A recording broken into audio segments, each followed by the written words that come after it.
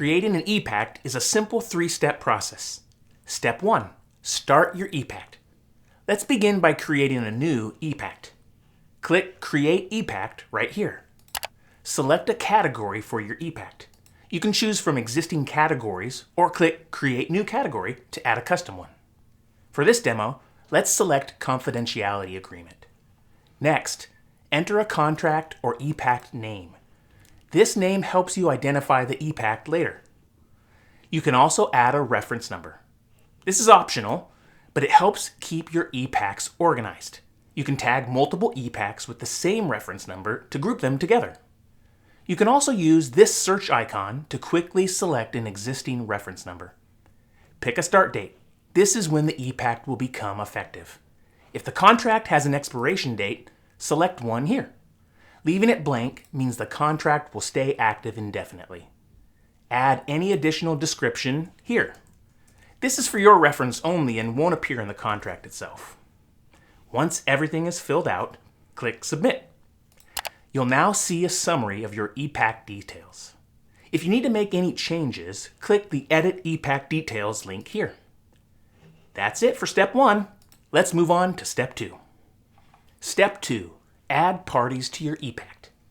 Now, let's add parties who will be signing this contract. Click Add Party.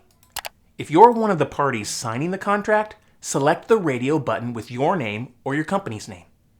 Most of your details will be filled in automatically, as you can see here. In the Referred As field, enter how you'd like to be identified in the contract. This is optional. If you're adding yourself as one of the signing parties, your signing order is automatically set to 1.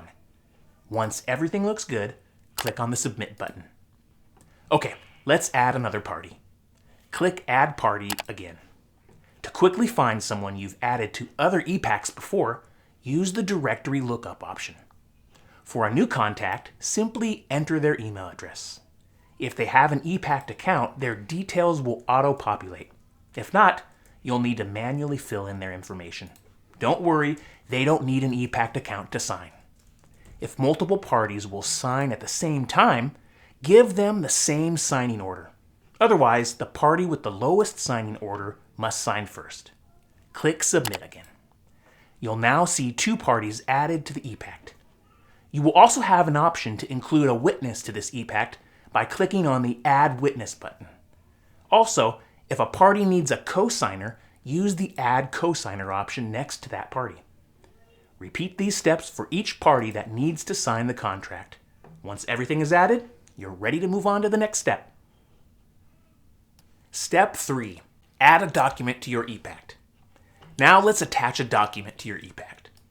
Start by clicking the Add Document button here. Once you do that, you'll see 4 different options to choose from.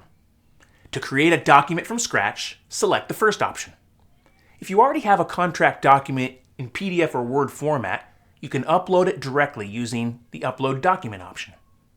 You can also select a document from your existing templates in the system using this option. Or use our built-in template wizard to generate your documents based on your inputs with the 4th option. For this demo, let's go with option 2, which allows us to upload an existing contract document. However, you can also explore the other options by watching the tutorial videos for each one to find the approach that works best for you. If you already have a contract document in PDF or Word format, you can easily upload it using this option. Start by clicking the Upload Document button. Next, click Choose File to select a document from your computer. For this demo, I'll pick the sample NDA file that I already have. Once selected, click the Upload button. After the file uploads, you'll be taken to this page. Here's what you can do. You can enter a new title here if needed. Scroll through the document to make sure everything loaded correctly. Now let's customize the document. Use the toolbar here to drag and drop annotation items like party initials or signatures, wherever they're needed in the document. Start by selecting a party from this drop-down. Let's add some annotations. First, we'll drag the party's name to this section. Next, let's add a checkbox. Let's put it right about here. Now, I want to add the party's address to this section down here. To do that, I'll drag a text box annotation here and type in the address. You can use the text box to add any custom information to the document. Let's add the party's initials. First, let's put one here and right over here. We'll also need to add the signature here, right up there, and also back down here. Finally, let's include a date signed field to mark when the document was signed. Now let's add annotations to the second party. Select them from the drop-down. You'll notice the annotation colors change for each party. Now these color codes are visible only to you, the creator of this ePACT. Let's drag and drop the party's initials right up here, and also here. We'll add their signature right here, and also here. Once you're done, go ahead and click the Submit button. You'll be taken to the document review page. Here, you can review everything to make sure it looks good. If you need any changes to be made on this document, simply click on the pencil icon here. To remove the document, just click on this icon here. You can add more documents to this ePACT by clicking on the plus icon here. And that's it. Uploading a document is quick, and the customization process is seamless. Let's walk through how to sign and send your ePACT. From the document review page, click on the Start Signing pointer here. This will take you to the first place in the document where you need to initial or sign. Click on the initials and signature annotations here. In case you haven't set up your digital signature yet, a pop-up will appear prompting you to create one. Just follow the instructions to set up and adopt your initials and signature. In this case, since your digital signature is already set up, your initials and signature will automatically appear once you click the annotation. The pointer will change to Next. Click on it to move to the next place requiring your initial or signature. Again, click on this annotation to sign the document. Notice that the Date Signed field now shows the exact timestamp of when you signed.